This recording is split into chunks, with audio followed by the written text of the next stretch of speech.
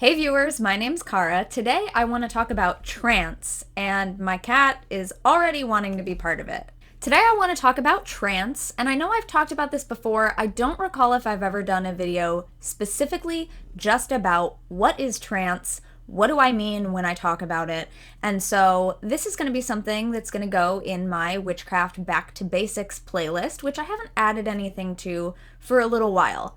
And this topic was inspired by one of my Patreon supporters who is reading one of the Reclaiming Witchcraft books out there that exist. And Reclaiming Tradition of Witchcraft, which I am part of, utilizes trance a lot. And so when you're reading Reclaiming books, you're gonna read a lot about trance, and the one in particular that they're reading doesn't really define it, kind of assumes that the reader already knows what it is, and so it occurred to me I could make a video about this.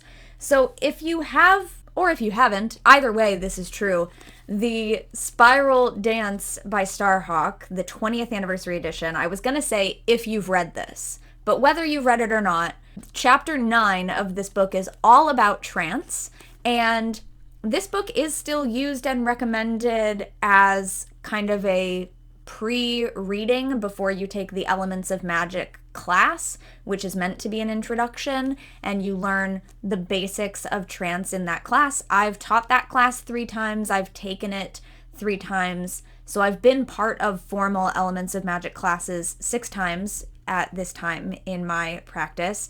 And I've also led my local group through the Elements Path of the 12 Wild Swans book, which I did not grab to have right here, but is over on my shelf. I've done videos about 12 Wild Swans before. I'm sure I'll do more in the future. That book has an Elements Path in it, and an inner path and an outer path, and there are many trance activities in that book. I've led groups through that book, and so I've taught trance in a few different ways. It's about time I make a specific video about it. So hi, welcome if you're new here. My name's Cara. There are links in the description to where you can find other things that I do, other social media, ways to support my work. But right now we're going to talk about what is trance? What do I mean when I say I'm going to do a trance, or I received a message, or I saw something in trance, or I led a trance for tonight's ritual? What am I talking about? There are a lot of words that are similar to or related to or in the complex Venn diagram definitely overlap with trance, and some of those terms are, I'm thinking of meditation, guided meditation, trance journeying, other things like that. And I'll talk a bit later in this video about what I see as similar and different between when I talk about trance versus when I talk about meditation. There's definitely overlap, but specifically when I talk about trance, I am primarily talking about altered states of consciousness, and not ones that require substances to get there. Okay, so like naturally occurring altered states of consciousness, or ones that we can get ourselves into through energetic practice.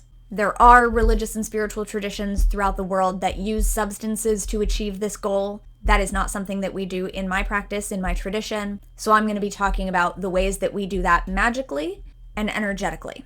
And I'll also talk about some of the different ways that we do that in this video. So right here, sitting at my desk, talking to the camera, talking to you, I am in my everyday state of consciousness. This is my general awareness. This is how I move through the world, how I make decisions. If I'm gonna go somewhere, I'm gonna get in my car and drive. This is the part of my brain that is normally activated for all of those things. I consider that my normal, everyday, ordinary consciousness. Anything other than that is an altered state of consciousness, and there are many levels to this, including, to me, the lightest version, what I would call like a light trance, very basic, that I think most people have probably experienced, is what we might call zoning out or daydreaming. So if you've ever been doing anything in your life and you notice that you're zoning out, what we would call that, let me try to describe that, just in case that's a term that not everyone's familiar with. It's when you're kind of noticing that your focus is on something else, you're not really present with what's going on around you, your brain is sort of focusing on something else, and it's like that sort of takes over in a way that when you snap back out of it into ordinary consciousness, it's like you don't know how much time has passed sometimes. There's an animated movie about this. The movie Soul really talks about like getting in the zone when you're doing different things. I think that's a good example from pop culture media. My personal example of this has always been, the best example that I have is when I was in high school band. I play the flute, and the amount of rehearsal that we would do, practice, repetition, by the time I got to a concert, I knew all of those songs front and back. It was almost muscle memory. So when we started a song and I would begin playing, I didn't have to be consciously thinking about it anymore. I just knew it. My body could just do it. And therefore, in those moments, sometimes I would find that I would start a song and then all of a sudden I would snap back into ordinary awareness at the end of the song, not remembering that any of the song that had just been played, but I did it. I wasn't just sitting there blankly not doing anything like frozen. I did the whole thing, but my conscious mind was in the zone. I was somewhere else. And that is a trance state. I was entranced in that moment.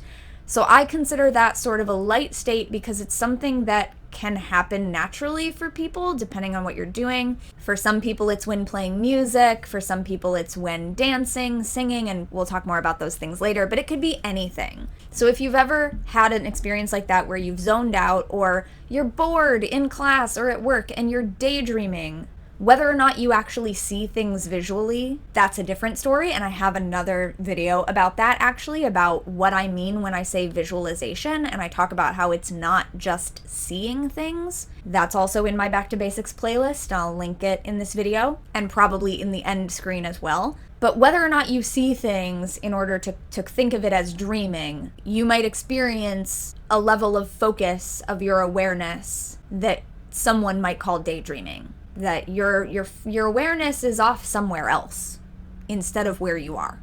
So then we can go from that deeper and deeper in trance when we're in ritual and we're doing things in this like sacred space construct for specific intentions with other people who are doing this work. We can go deeper and deeper into these trance states for a variety of purposes. Like I said, Reclaiming tends to use trance a lot in a lot of different ways. And once you kind of have an understanding of what trance states are, you begin to notice that there's really a lot of things that could be considered a trance state. So one of the other things that I do think of as being specific to trance when I talk about it, as opposed to something like when I talk about meditating, is that there are parts of a trance. So the first part of a trance, other than preparation for it, which I'll also talk about later in this video, the first part of what I would call the trance itself is what we in Reclaiming refer to as the induction, and that is the term that is used in the spiral dance. I know that many people have read this book over the decades. It was a very big title when it came out and still is. So there are a lot of people who have read this book and are familiar with these terms who are not part of the Reclaiming tradition. So I'm talking from a Reclaiming lens, but I also know that a lot of other people in a lot of other traditions are familiar with this same work. So I don't mean to say that like other witches and pagans and magical practitioners don't call it this. I'm just speaking from the lens that I work in, that I work through presently. So we call it the induction. We are inducing trance. Then the second part of it is the trance itself, or like the main body of the trance. Some people call it the meat of the trance or the tofu of the trance. I think it's perfectly fine to call it the body or just like the main event, the trance journey, or the activity that you're doing while in this trance state. There's that, and that's kind of the second part. And then the third part is what I personally call the return. In the spiral dance, Starhawk refers to it as emerging. I've heard people refer to this step as many different things, but basically what it is reversing the path that you took of the induction to bring you back to ordinary consciousness. So first we move into the trance state, then we do whatever our work is there, then we return or emerge from that trance state back to everyday consciousness. Those are the three parts. Technically, I would expand that to 5 parts, including the preparation that we do before we begin and the concluding reintegration stuff that we do once we're back into ordinary consciousness. There might be a period of journaling where you can write down the experiences that you had, or there might be a plan to share with another person or a small group if you're doing this in a group ritual context, or there might be other things that you do after the fact. But if I'm preparing to lead a trance or I'm creating a trance, it includes having to decide what is the induction going to be and how am I going to bring people back, which is just reversing whatever the induction was. Very common example that is used by many people and is featured in this book is called the rainbow induction, and it's leading you through taking steps into trance through the color spectrum. Other ones might be things like imagining yourself, or in reality, you could do this in reality too, I've done this sometimes, imagining yourself walking down stairs. So actually like deepening into the trance state. And then for the return, you would imagine yourself walking back up those stairs and emerging where you began. Many different types of visualizations like that exist. Those would all be examples for me of a verbal induction, a guided induction, the way that somebody is leading you into it. Whether that's, for example, me, if I'm leading you in a trance, you're going to hear my voice leading you to do those things, guiding you into it and back out. Or if it's yourself, if you're reading a trance in a book, many books have them. You can probably also find some online that are typed out. You could record yourself reading that induction and return and then play it back for yourself. That's another way. But there are other ways to induce trance besides just having a verbal guided situation, and I think some of the most common for me would be music, especially drumming, anything that's really rhythmic, but lots of different types of music. Trance dancing is a whole thing as well that I love to do. So drumming, dancing, chanting. Part of the reason that chants are how they are is that they're easy to follow, they're very rhythmic, and so you can kind of get into a routine, into a rhythm, where again, your conscious mind is able to do something else, be somewhere else. So some of the key features of these types of things that help with induction into a trance state are repetition, rhythm. I've also heard it said by some of my teachers in Reclaiming, boredom. When your mind is bored, when you are understimulated, sometimes that leads your awareness to go off and do something else. On the other side of that, overstimulation, cacophony, is also really good for inducing trance states. I think a good example of this that many people may have experienced at some point is the audio part of the cafe effect. So not just the effect of being in public where other people are doing something and you're doing your own thing, but the audio aspect of it, in that you might hear all these little snippets of conversation, people working, glasses clinking, traffic outside, somebody's dog is barking, right? Like you can tell that there's a lot of sounds happening around you, and if you were to focus on any one of them, you could eavesdrop on the people who are having a conversation 3 tables over. You could listen to the specific sound of the car that's parked outside at the red light, what they're listening to on their radio station, or you can allow all of it as a whole to become a cacophony, and because that is just kind of going on in the background, you are able to tune that out and really lock in on whatever it is that you are doing. So this varies from person to person. Similar to the way that there are many ways to meditate, there are many ways to get into trance, and you kind of just have to try them and see what works for you. Some people might like movement, such as dancing, to something really electronic and trancey. Like trance is also used to describe some types of music for a reason. And the way that you move rhythmically and spin and all that type of stuff, that induces trance just as much as for somebody else, it might be sitting very still in near silence with just a heartbeat drum. Just a heartbeat drum. And that rhythm allows you to move into a different state of consciousness, and also the way that you use your voice. So when we lead trance, when we learn to lead trance, we're also learning different ways of using our voice, different qualities of voice, volume, tone, all these types of things. So all of that to say, there are many ways to induce trance. You might experience a trance being led in a class, in a ritual that just doesn't work for you. You're not able to get into trance, and that doesn't mean you can't trance. It means that maybe those specific methods don't work for you, or there was something else about that situation that was keeping you from being able to go into that. I would try it again. I would try it in different ways, different people leading, different techniques, doing your own thing while whatever else is going on. I also sometimes have trouble focusing when other people are leading a trance, especially if it's online. I do a lot of online ritual these days, and it is harder for me to focus and get into trance in those ways. So that is also totally normal. I've been doing this type of thing. I've been practicing with meditation and trance states for like over 20 years of my life, and there are still times where I just can't get into trance. That is okay, and that is normal. It doesn't mean that I can never do it. It just means for whatever reason in that moment, that's not how I was experiencing the magic. But there are still other things that I can get out of it. So a few notes about what I think is sort of similar and different to what I call meditation. I've already named a couple. Neither of them have to be still or silent. And I think that is a big misconception about meditation, is that it's all about sitting still and being quiet.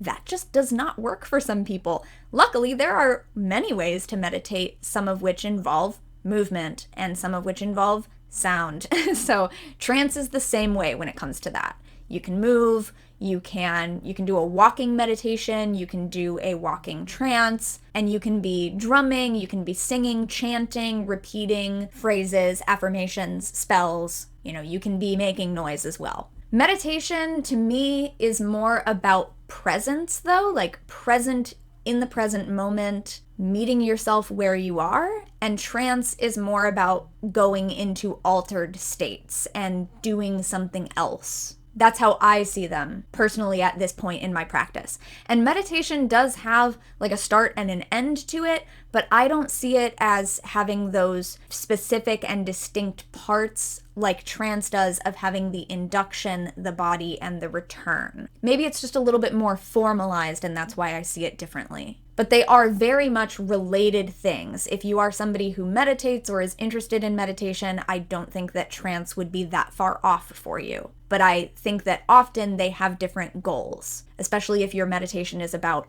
presence. Like I said, Reclaiming uses trance a lot, and it doesn't always work for everyone, and it doesn't even always work for me every way that it's done. So just know that you can shift it for yourself in many ways. And that's something that's built in to reclaiming spaces. We say you are your own spiritual authority rooted in community. So if you're in a group space and somebody's leading a trance and they invite everyone to sit down or lay down or whatever, other people might be moving and walking back and forth through the space. They might be dancing off to the side somewhere. Or the opposite, if it's a walking trance and you're invited to slowly move throughout the space, there might be some people who choose to remain seated because maybe walking around is not accessible for them. It's all good. Whatever you need to do to access that magic for yourself is welcome. And the thing about it, the rooted in community part, just means that while we're doing something that might be different than what other people are doing, we're just doing it in a way that's not disrupting the experience for everyone else. If a lot of people are laying down on the floor and I want to dance, I'm not going to be dancing, jumping, and leaping over them. That's going to make them feel unsafe, and it will not allow them to have the trance experience that they need to have. So if I want to be dancing, I need to find a space that is safe for me to do that without disrupting the experience for everyone else. That's what one example of I am my own spiritual authority, but rooted in community might mean in that situation. So if you're somebody who is new to this and you want to get into this, I would first focus on practicing moving into and out of trance states. And like I said, the Elements of Magic class being introductory starts to do some of that. We practice having people do trances. Something that might happen later on, after you're pretty familiar with doing trance yourself, like being in trance, moving into and out of trance states. A further level might be practicing leading trances, practicing guiding other people into and out of trances. These are skill sets that are teachable, they are taught. It is not expected that everybody can just naturally do this. It's also not expected that you can naturally lead somebody else into it, but you can practice. And like I said before, you can record yourself reading a trance for yourself to listen back to. You could also do that and send it to a friend and have them listen to the trance and give you feedback about, like, maybe you could have taken this part a little slower or made this pause a little longer. There is a lot of space for pauses in trances, especially depending on what we're doing in them. Sometimes we go into a light trance state and we are just trying to get impressions about what the group wants to do for the ritual, and our goal is actually to share things with one another verbally, so we don't want to go so deep into trance that we can't speak and share with one another consciously. That would be a lighter version of it. And then there are trances that we go into where we're really trying to take a journey and we're going and doing something on, maybe you think of it as the astral plane or just somewhere else in your trance landscape, in your inner landscape. You might be going somewhere on a trance to experience a certain magical place. You might be meeting up with a deity or spirit. There are trances to visit and commune with our ancestors. In Reclaiming, we also work with our descendants. So it depends on what the trance is for, but there's a lot of, like, you might guide someone into it, and then once they're there and they're in the space with whatever they're supposed to be interacting with, then there's a pause. You leave silence so that they can experience what they need to experience. And this is where also there might be music playing in the background, there might be a heartbeat drum, there might be some sort of soundscape that is holding that work, so that it's not just complete silence. Because some people like complete silence for trance, some people cannot. Like the fact of it going from verbal to silent, which I know it's not completely silent because there's background noise in this room, but that type of contrast could actually bring someone back up out of trance. So it just depends on what you're doing. But I would say the first step, if you're new to trance, is just practice moving into and out of trance states yourself, and then later worry about learning how to lead a trance. A brief note about cautions. I feel like a lot of people, definitely in the past, I heard a lot of people talking about this. I don't know if it's still so much of a thing, but since we're talking about it, may as well address it. I think some people worry about going too deep in trance and not being able to come back. In my experience, that is not something that happens, definitely not on accident. Your conscious brain wants to protect you and is looking out for you, and you have to, in my experience, have to try to really let go and get into a deeper trance state. There might be some people out there for whom that happens supernaturally. Supernaturally? Very naturally, without having to try so much. But I feel like most people have to try. I really am only able to go into really deep trance with other people around because my conscious mind knows that I am safe and protected. I should specify, not just other people. Like, I'm not going to go to the mall and go into a deep trance state. Well, I can, but that's because I've been doing it for a very long time. I know how to get into and out of it, and I know where my line is. So this is a bad example. Let's say, for example, I am new to trance. I'm not just going to go to a mall and practice trance because there are other people around. I mean specifically when I am in a context, in ritual with other people who know about trance states, who know how to guide people into and out of them, who are, in specific cases, there might be somebody whose role specifically is to help people get back out of trance if it is needed. Most often it is not, but occasionally it is. So I really only go into very deep trance when I'm in those situations because there are people around who I know, if I needed the help, would be able to lead me out of it.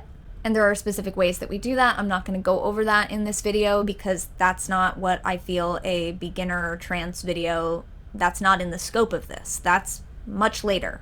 But I personally have never needed help getting back out of a trance. That doesn't mean that that's going to be the case for you. I don't know you.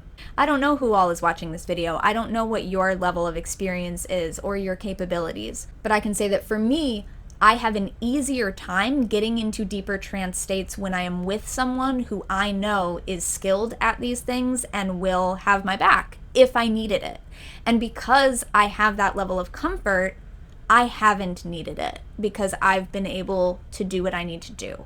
But if I didn't have that, or I'm thinking back to when I was newer to trance and meditation, I wouldn't even try to go into a really deep state because I would be too worried about that. And I think because of that, if your conscious mind is worried about that in any way, if your body is worried about that in any way, your consciousness will not be able to make that journey, at least not easily. So that's what I think generally about, like, if people are worried about going too deep. Generally, that will not happen. However, yes, and if you are learning and would feel more comfortable, I highly recommend that you do classes, that you work with people who have experience in leading these types of things. And that can be done online as well. It doesn't have to be in person. I will say the one time that I have been in a community ritual where there was somebody who was very deep in whatever experience they were having, I don't even want to claim that it was a trance state because I am not them. I don't know what was going on for them, but there was something very deeply happening for them in ritual that when everybody else came back up and was ready to end, they were still in it.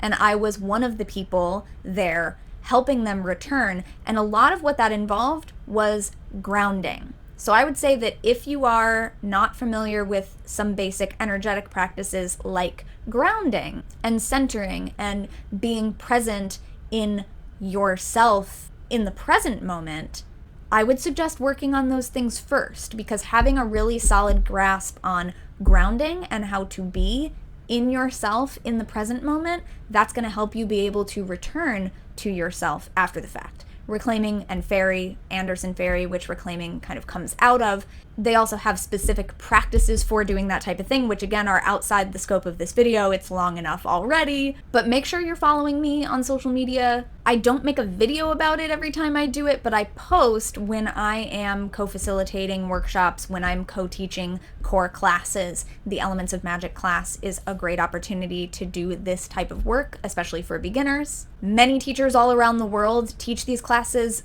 all throughout the year, online or in person, so it absolutely doesn't have to just be with me. But if you do want to work on something like that with me, just make sure you're following me. And I also post when some of my friends are offering classes that I want to let people know about too. So being around people who can help, who can guide you, having a recording that prompts you to come back to your everyday consciousness, having an alarm, and beforehand telling yourself, when this alarm goes off, I will return to everyday, ordinary consciousness, right? There are many things that we can do to help ourselves, but if you are at all worried, do it in community. Do it with other people. Cutting in with an additional clip, I was talking to a friend of mine about this video today while I was editing, and they brought up the concern that many people have of, what if I fall asleep? So I wanted to address that. Can't believe I forgot it earlier. Yeah, if you are really relaxed and you're really going deeply into trance, especially if you're laying down, but also sometimes if you're sitting, you might fall asleep. And some people are really concerned about that because it could be embarrassing if you're in a group. If you're alone, people worry about oversleeping.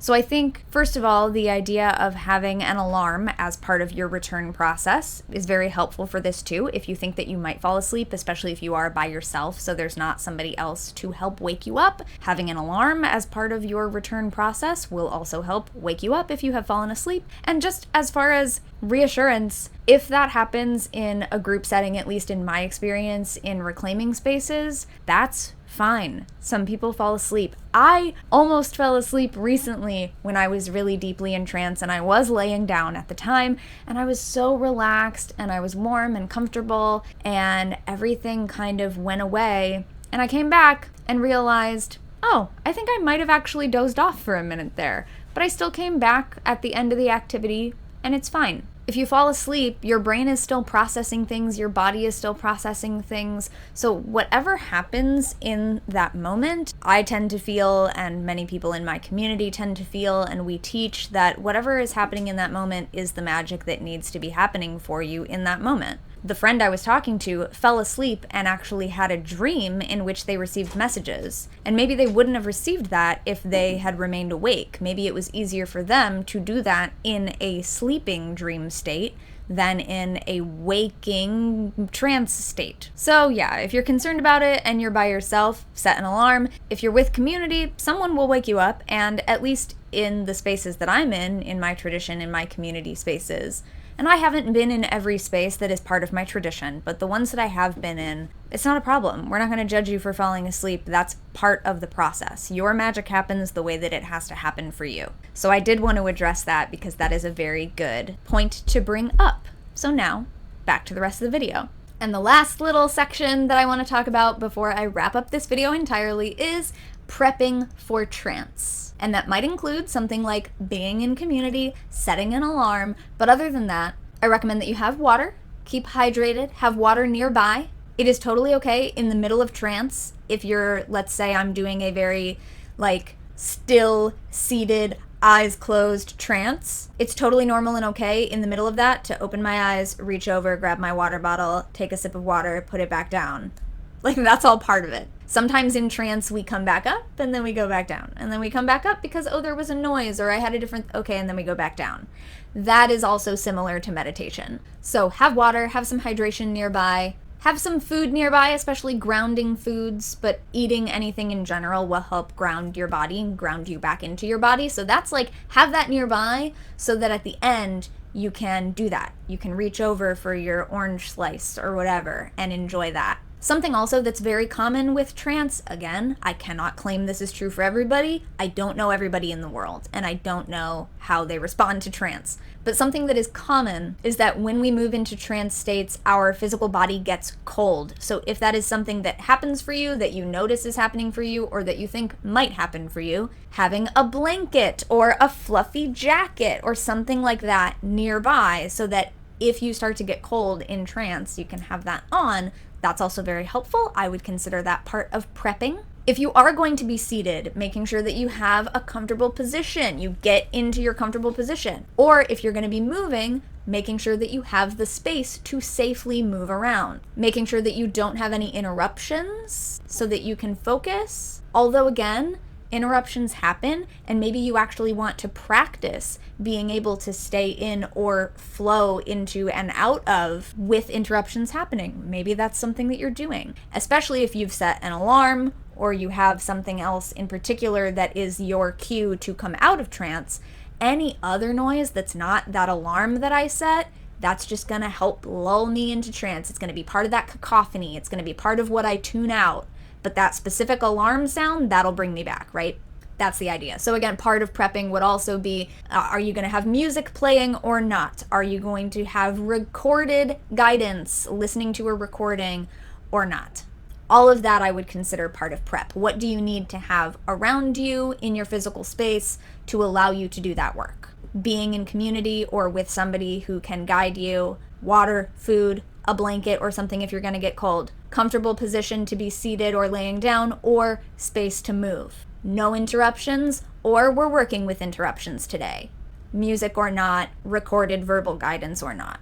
So that is what trance is, alternate states of consciousness, the parts of a trance, the many ways there are to induce trance, the fact that it is okay to do it in many different ways. Your mileage may vary, will vary. It's not going to be the same for every person. Try out different things. One thing might not work for you, but you might just need to find the thing that does. It also might just depend on the day. It is similar to and related to meditation, but in my view and the way I use the terms, not the exact same thing. If you're a beginner to using trance, I would focus on practicing moving into and out of trance states.